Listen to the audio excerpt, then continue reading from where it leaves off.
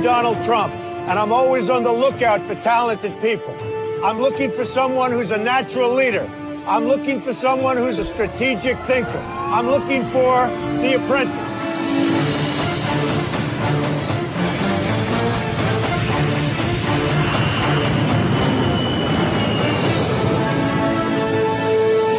Who will succeed?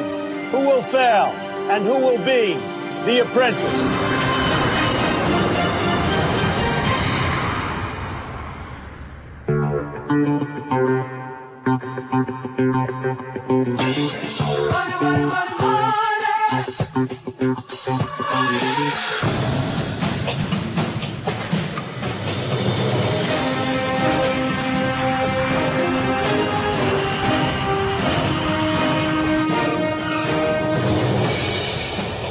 I've arrived at Republic Airport in New York, where I've asked George and Carolyn to bring the candidates to meet me on my jet.